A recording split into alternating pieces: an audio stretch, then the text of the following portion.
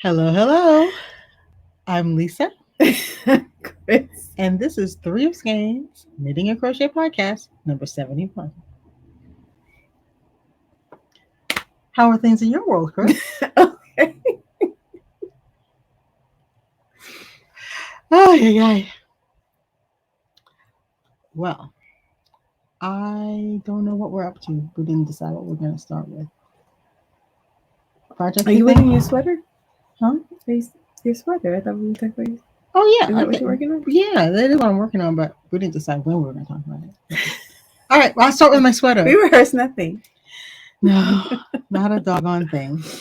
But I am making progress. I'm very happy with. Look how much longer she is now. Look at that. So I've been telling you guys that my plan for the sweater was to taper it as I went up because I want it wider in the hips, narrow in the shoulders. And I'm just at the point now where I'm about 10 or 12 rows away from separating for the sleeves. So I'm in the underarm. I'm getting up to the underarm region. I feel like people know what your underarm But is. you know what though? For the longest time, I didn't associate separating for the sleeves with the underarm. So I just wanted to point out where on the body that was, because we were talking about that yesterday. That sometimes when you're in a pattern, it's hard to relate the stitches you're making to the territory you're covering. Anyway, I'm approaching the underarm region where I'm going to separate for the sleeves. So what I'm doing is, I don't know if you know what this sweater looks like. It's the Weekender sweater, by the way, by Andrea Mallory. It's a drop shouldered sweater with a cute little slip stitch design going down the middle of the front and the middle of the back. So I can think of the sweater as having almost like four parts, right front, right back, left back. So I'm subtracting away 5 stitches from each quadrant as I go. Every other row I'm subtracting, 2 stitches from each quadrant. And that should get me from one size down to the next size smaller, so that the top half of the sweater will actually be a little bit smaller than the bottom half of the sweater. And I feel comfortable doing that because the sweater has something like 10 inches of ease. I don't need that much ease. Seems like a lot. Up on top, but I will be very happy to have it down on the bottom of the sweater. And I measured a very similarly shaped sweater that I already own, and that's exactly how it was done. I always like the fit of it. It's wider on the bottom, narrow on the top, but not so much that you'd even notice it. The sweater actually looks like it goes straight up and down like this one does. But I think this will just give me a better fit through the shoulders and give me the width I need in the bottom. So that is the update on my sweater. I'm actually in the decreases now, and I'm hiding them on the sides of the sweater. But that's it. That's what's going on. And your shawl. Oh, I haven't touched my shawl in like a week. So what happened was last week, if you haven't seen it, we released our spring yarny YouTube hop video. So that week I was doing nothing but working on my hop project because I don't know why it is that when you have a deadline in the beginning it seems like it's so far away, and then all of a sudden it's not. It's not far away at all. It's right here. It's upon you.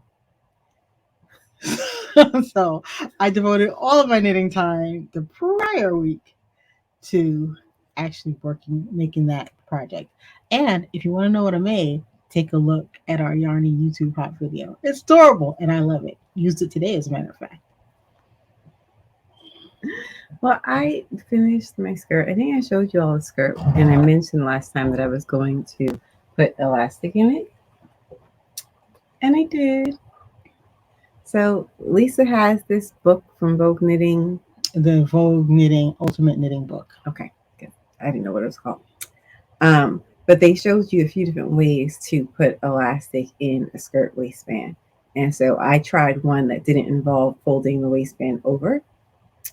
And I think it went well enough. My waistband fits perfectly. I mean, it fits absolutely perfectly. I couldn't be any happier with it. And you know what?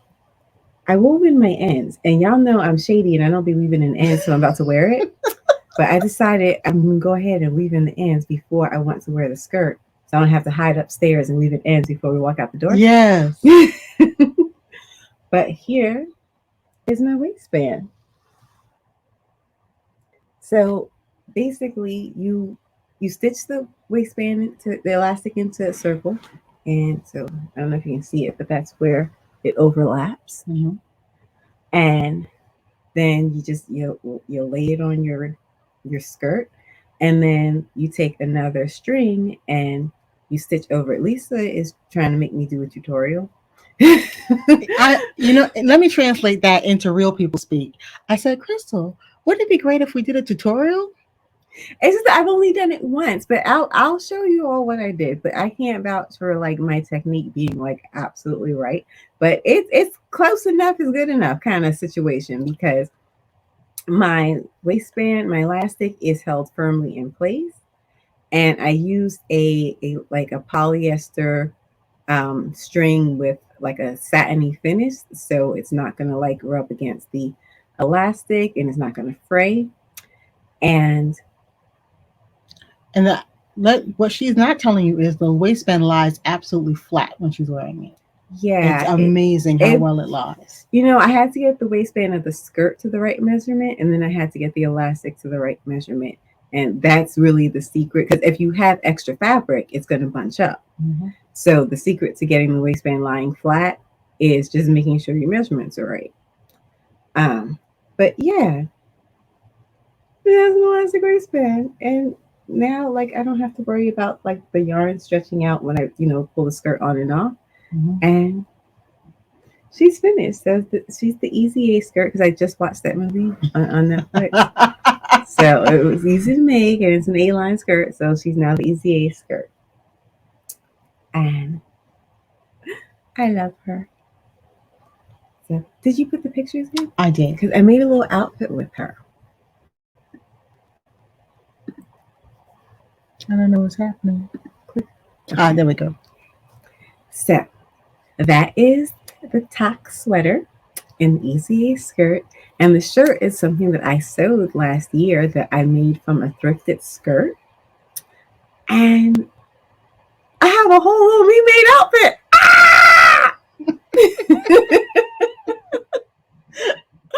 But because mom had suggested that I make a jacket to go with the skirt, and I think I will, but probably closer to fall. Mm-hmm. But when I finished the skirt, I realized, wait a minute, I have a little sweater cardigan thingy that I made. Let me try them together. And I love it. I absolutely love it. And I'm like, I made real clothes. Yes, absolutely. So the other day we went out, and I wore my little, I call it the Coeur d'Alene dress. And my shrug, technically she didn't have a name. I think I'm just going to call her the Nookseck shrug, because the website that I took the inspiration from is a Korean website, and Nookseck is Korean for green. So she's basically the green shrug. Oh, nice. But I wore those two pieces together. So I wore the dress and my shrug, and the hem has some green flecks in it. So I thought it all came together. And so I have like these two outfits that are like that I made, right? And it just occurred to me that I'm finally like approaching my goal of having a MeMade wardrobe, because now I can take pieces that I made at different times and put them together to create outfits. Because that's what you do with your wardrobe, right? You go in your closet, you take the jeans you bought 2 years ago and the sweater you bought 3 years ago, and you put them together, and now you have an outfit. And so now my crochet wardrobe is starting to become functional in that same way, so that I can take the different pieces and put them together and make outfits like that look like real clothes. That's because they are real clothes. And I was just really excited about that, because I kept saying I wanted a MeMade wardrobe without any idea what that really meant. I knew it just meant, having things that I'd made in my closet and being able to pair things I made with things that I purchased, right, to put together outfits. It never occurred to me that I might get to a point where I could put things I've made together with other things I've made Mm-hmm. and still have outfits. And I'm really excited about this. Like, I mean, I'm really, really excited about this. So, because it's starting to seem real, it's starting to seem doable. Mm-hmm. Because, you know, when you started with like your one little garment and like a couple of shawls, and let me tell you, I've been wearing my shawls. I wear my shawls. I love my shawls. Yeah. But it seems like a pipe dream. But it's just been a slow and steady wins the race kind of thing, where I just make the next thing and the next thing and the next thing. And eventually, you know, some of the pieces start to go with each other. And I'm just really excited to be in this place. And I'm ready to like just keep going. Oh. Like, I just want to make more and more and more and more and more. So I don't know. I'm still like, I'm not struggling with motivation at all. And that feels really, really good. And I'm just gonna, you know, I'll keep you posted. I'll let you know how it's going. But so far, she's doing it, y'all. She's doing it. So that's what's been up for the most part. That's the news in makery. I found some yarn. When I say I found, I mean I had this yarn. I knew I had this yarn and haven't been able to find it. It's been missing for years, which tells you how desperately in need I was of yarn organization, right? Mm-hmm. Had this bag like in a corner, and my mom was like, "Oh, I think this is your yarn," and I'm going through it. And this yarn, I was not looking for it, but I was wondering last night, where was it? Where did this yarn get off to? Because I knew I didn't get rid of it. Found it today. And it is, I don't even know if this stuff is still around. I don't know what the story is, but this is Ella Ray Lace Merino worsted. And the colorway is called something. What is it called? Wine.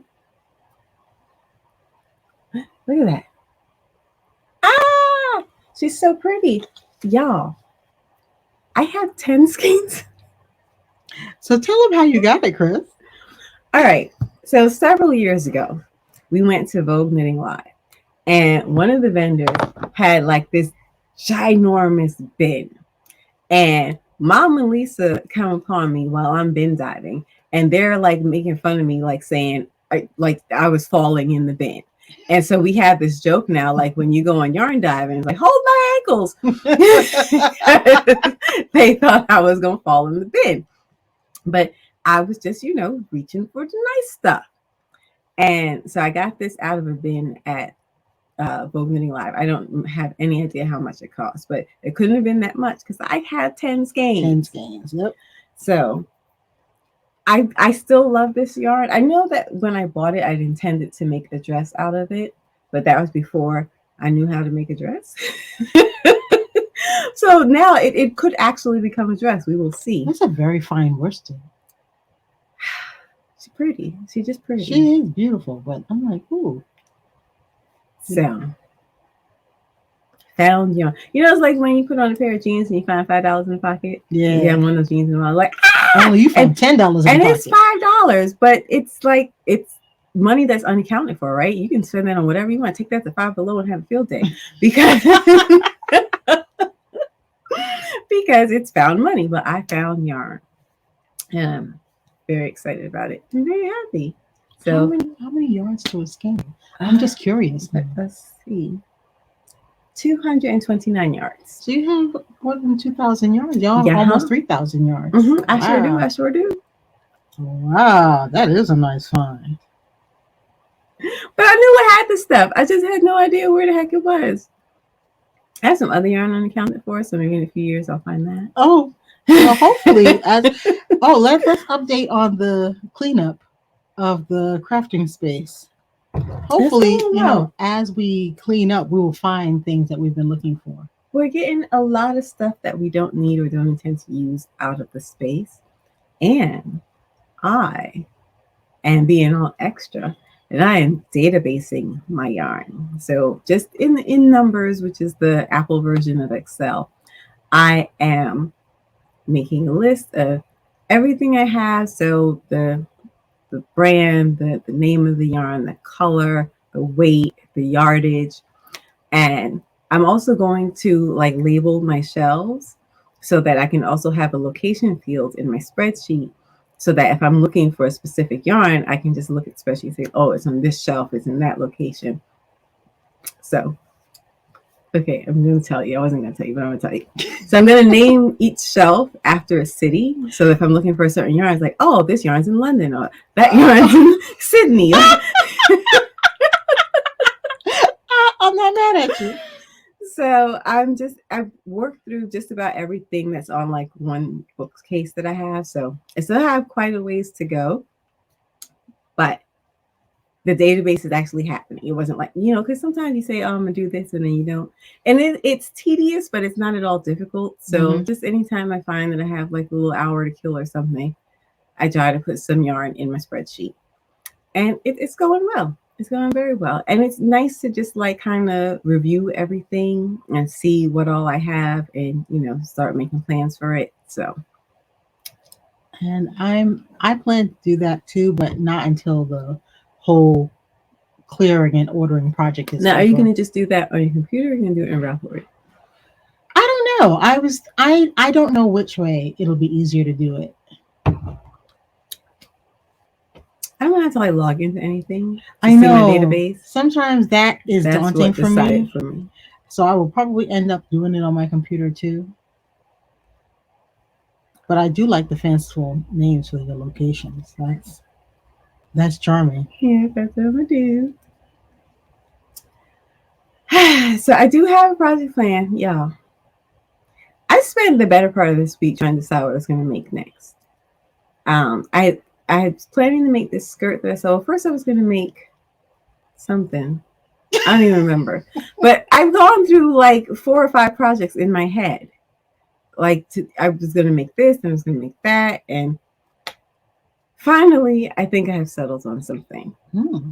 I'm going to make a cute little sweater vest.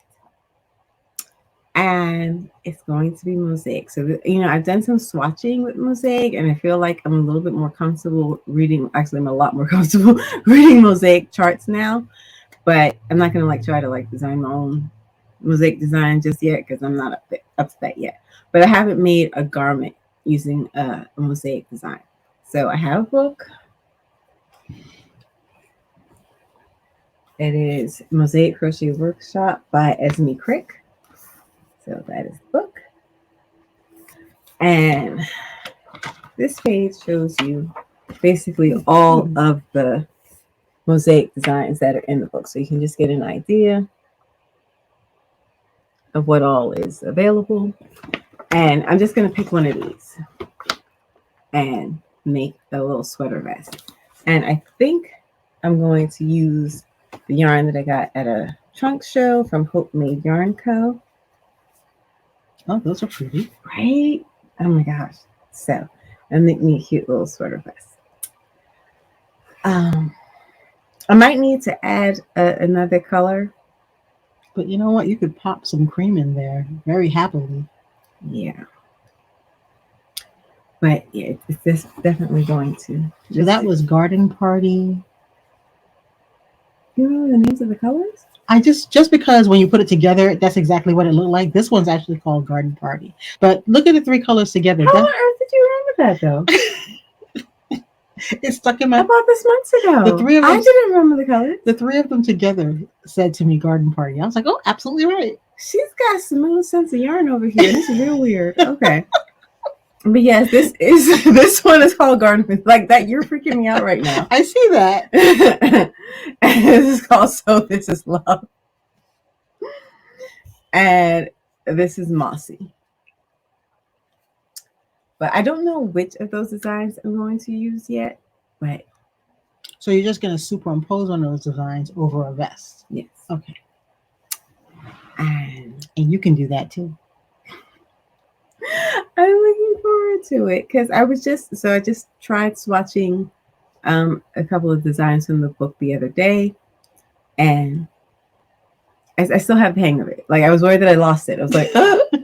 But I got it back, and yeah, I'm gonna try to make a mosaic thing because I have an actual like list of things I want to do, like things I want to make this year. So I have like a written down queue, and my skirt was on the queue, and the shrug was on the queue. So I've been doing okay. Um, so technically, I had a mosaic cardigan on my queue, but I'm gonna just make it a vest instead. Okay. A closed vest and open vest. I think it's gonna be closed because mosaic I wouldn't know how to. Yeah, It'll be easier. I would have to do like a band to do buttons. Yeah, yeah, it's gonna be a closed vest. Gotcha. She always gonna make stuff complicated. I was just wondering. Just wondering. But yeah, so that's my next project that I have on deck. And is that everything? Yes, I'm working on a music project. I found some yarn. I'm databasing my yarn. I'm making outfits. I'm in a good crochet place right now. I see that. Oh my gosh. Oh my gosh. I'm still like mid project on both the things I'm working on, but it's a happy place. I mean, you know how when things are just kind of working out and you just going. Just going. I want to make more skirts though. Now that I feel like I have a technique for elastic that doesn't drive me insane, I'm like, the world's my oyster. I can just make all the skirts. I kind of want to knit a pair of shorts. I'm not giving up on the shorts. They bested me last year, but I'm feeling renewed. I feel like I got momentum. And got some wind in my sails. I think you're kind of inspiring me because I'm wearing a pair of shorts right now, and I'm like, I really like the fit of these shorts. Just measure them up. I think I'm gonna measure these shorts and just knit myself a pair of shorts. That's all you gotta do. All you gotta do. And I blame you. What? I blame you for inspiring those type of shenanigans. For inspiration. You don't blame them. Wait a minute. Hey, you blame me all the time. For things, not for inspiration. She'll look at me and go, I blame you. And I'm like, okay. You know the response to that. It's like, okay. You're welcome, is what I have to say. Thank you very much. I got some new books. I went on a little bit of an Amazon shopping spree. I got this one. This is Knit Two Socks in One by Sophia Talley. And I am very excited. My next pair of socks that I cast on, I'm actually going to use her method. Explain to them how that works, because I'm still... So basically, you're making one long sock. You're making one long sock. And then you're dividing it up into two socks. So that by the time you're done, you do have to add two heels. And you have to add one toe and one cuff. And I love it. So you make the one sock and you cut it apart? Yes. What? Okay. You look like I'll believe it when I see it. I am all kinds of doobies. I am 50 shades of doobies. I don't. But this is what I'm going to do when I cast on my first pair of socks, because I think it'll be a lot of fun. And I'm really looking forward to cutting it apart and putting it back together again. So if you're scared to cut your knits, this might be a low stakes way to give it a try. So Knit Two Socks in One, Sophia Talley. I also have a visible mending project that I want to do. I was telling you guys, probably 2 episodes back now, I have this quilt that my mom made, and I've always loved this quilt. She actually made it out of scraps from other things she had made for us. So when I was a kid, I could look at the pieces of fabric in it and say, hey, I have a skirt in that or whatnot. So I've always been attached to this quilt, but it's 40 plus years old now. And I actually pulled it out of the attic and I'm using it on my bed right now, but it's come apart a little bit. Mm-hmm. So I'm going to use Sashiko embroidery to put it back together. Now, is this a hand technique or a machine technique? It's a hand technique. It's a hand technique. But it's designed to be quick and effective. Mm-hmm. So quick. Yes, Okay. because you're doing running stitches. So you actually make a bunch of stitches at once, pull it through, you make another bunch of stitches at once, pull it through. Okay. And I want to show you some of the designs. So I am going to pick a simple design and quilt on top of the quilt to put it back together again in the places where it's torn. And we have to take a picture. yeah, Yeah, matter of so fact, I'm planning to take the picture of it like as it is right now next week. And then I'm going to pick a design and go for it. Actually, Sashiko is actually a simple technique. And because it's a simple technique, you can build so much variation in it. And this book is actually pretty good because it gives you. It reminds me of this drawing technique that I hated in high school, where you're supposed to do like a portrait, but you never lift your pen. Oh, and so yeah. you get contour drawing. Yeah, I hated that. I remember because I was like, I need to lift my pen. Yeah, I remember that homework assignment. It wasn't fun for anybody. But it seems like you're about to like do that, but with sewing. No, because I can stop at any time. Okay. But like I said, this requires you to make very even stitches. I know I'm not up to that yet. You feel like you got that part? Yeah. Okay. Because the stitches don't have to be 100. Are these buttons? Yeah, they're brooches. Stop it. Look at this. They give you all kinds of ideas for using Sashiko to make all kinds of projects. This is a little tissue holder. These are little brooches. And see, this is how we get into trouble. Yeah, because they're those covered button kits. You can just make the fabric and then pop it right on there. And actually, I don't even. If y'all see me buying some covered buttons, don't judge me. Understand what happened. Okay, understand what happened. Yeah, I blame you. That's how it happened. I just inspired you, remember? But the designs go from very complex like these. Is that supposed to be a handkerchief? Because you could not blow your nose in that if I made it. Don't blow your nose. Don't mop your brow. They do a lot of towels. You just decorate. You just put it in your pocket or you tie it around your neck or something. Don't. They do a lot of towels. Foul it. They're washable. But I just think the designs are wonderful. And the book covers, let me see, it's actually by Nihon Vogue, so it's Japanese Vogue. Mm-hmm.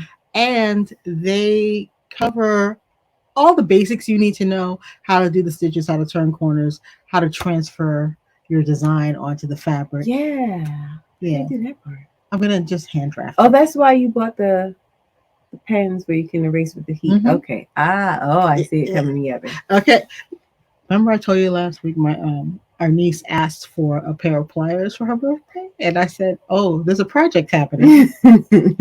That's the same thing that just happened. She was like, now it's coming together. Mm-hmm, so I sent away and I got actual Sashiko needles, which are actually, I have them in 2 sizes. They're quite long because how Sashiko is done is that you are expected to put lots and lots of stitches on the needle. Mm. And I've been watching, as a matter of fact, I will include a link to the Sashiko teacher I've been watching. His channel is called Sashiko Story. And he does really wonderful explanations of the how and why of both Sashiko and Boro. And I've gotten so much out of it. And I just love that I'm actually doing Boro and using Sashiko in my Boro, because Boro was used to rescue and reclaim fabrics that have been used and used and used and used. And the stitching was done to sort of hide that a patch was done. Mm-hmm. It was not supposed to be a visible mend.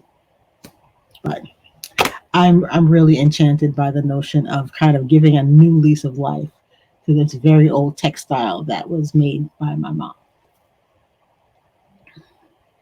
And I'm hoping it'll have enough life I can give it to my niece, and then she can add something of her own to it, so it can flow through our hands like that.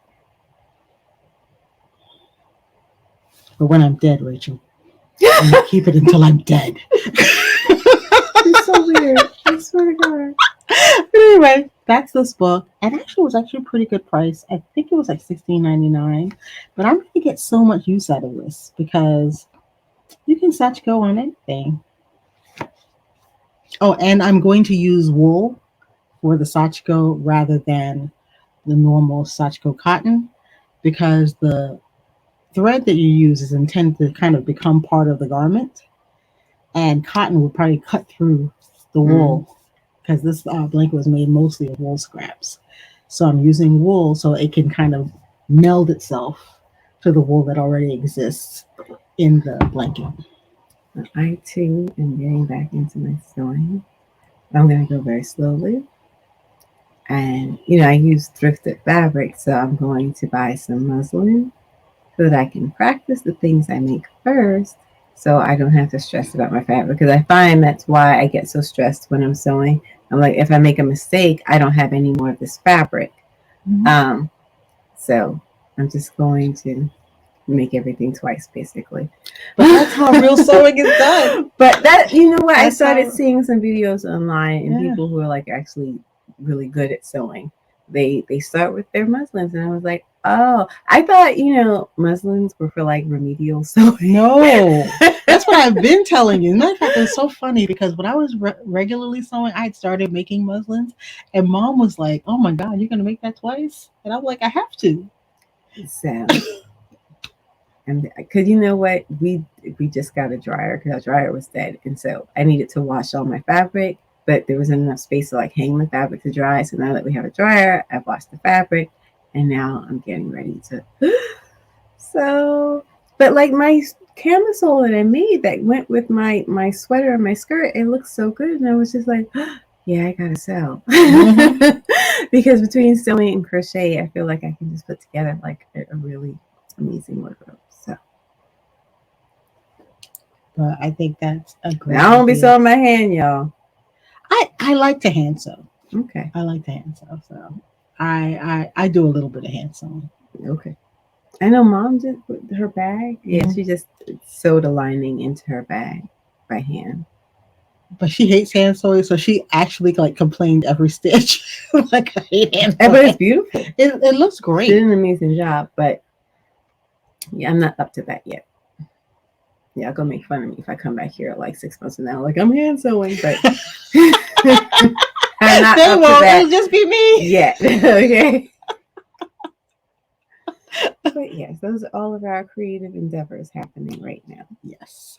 This is just like a happy creative space. I'm like, ah. I And feel like more people need to cultivate happy creative spaces for themselves. it's hard. It's hard. It is, and with the price of everything going up, but you can manage. You can manage it. It can be done. It's hard though because how do you separate creativity from consumption? Because I think sometimes the pendulum swings Well, for me, too hard to the like consumption.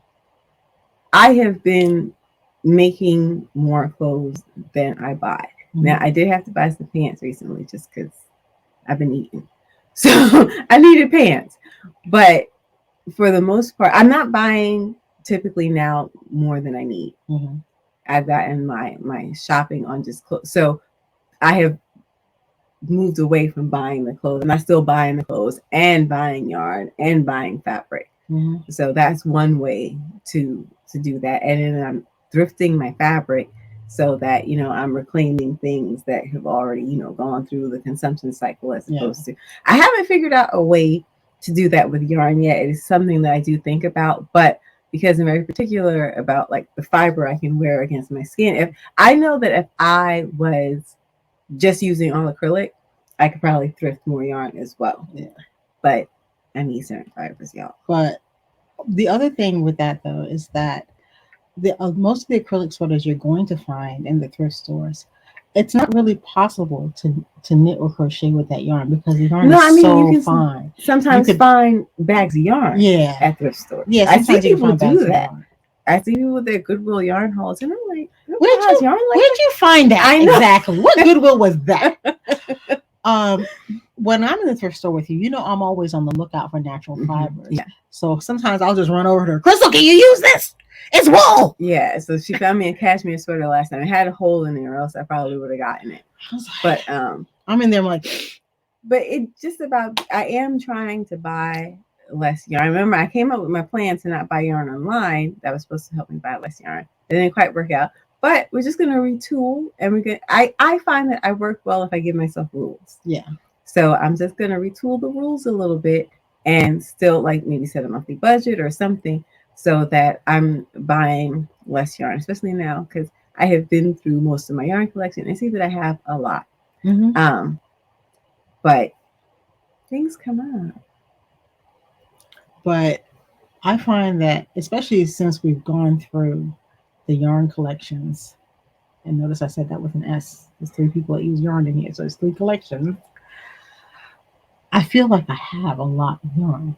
So I don't have that, oh, Yeah. I want some yarn dry. But now I'm much. also seeing like I want, like I've been thinking lately Seeing that I the want some gaps. silk yarn. Yeah. You see the gaps. Yeah. But again, I feel like I'm doing a lot better. Yeah. Oh yeah.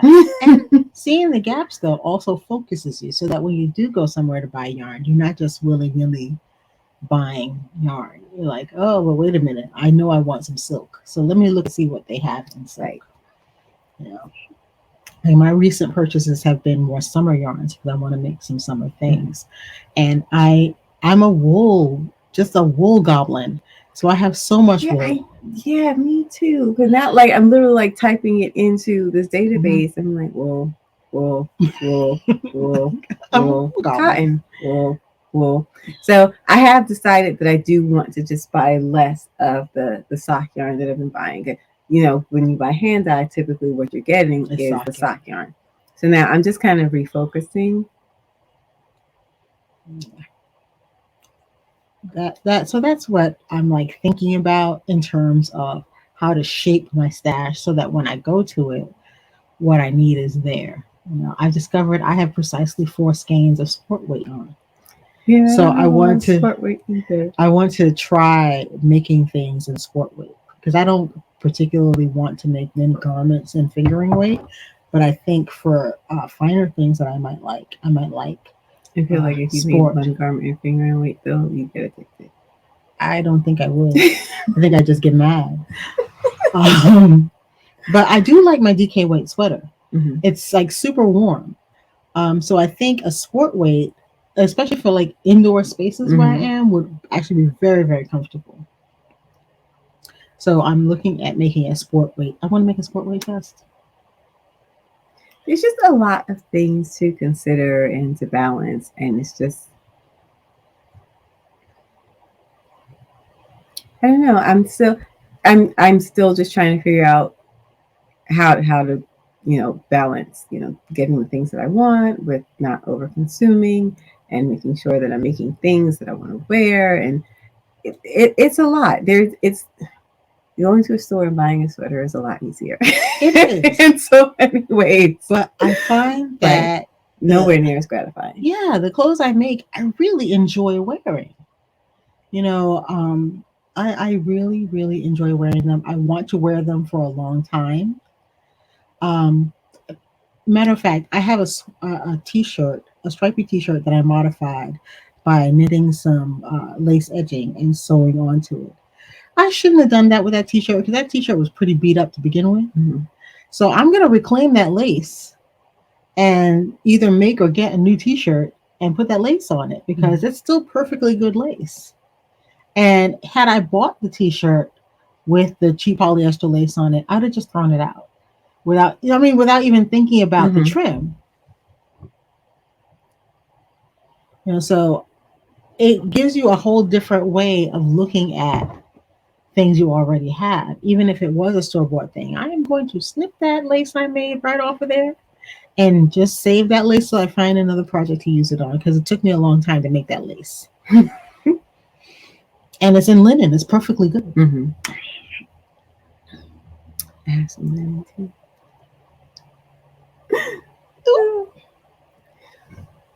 Yeah, that's where we are right now.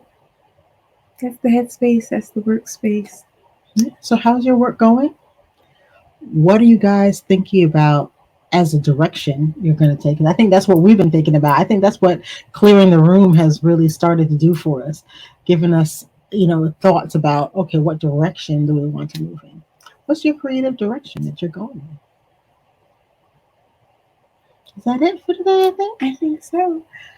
Thank you for joining us. Remember to like and subscribe. It really tickles our mom. Sounds a little And weird, helps but the okay. channel. Oh no, mom will be like, you have X number of subscribers now. Stay stitching. Bye bye. See you next time.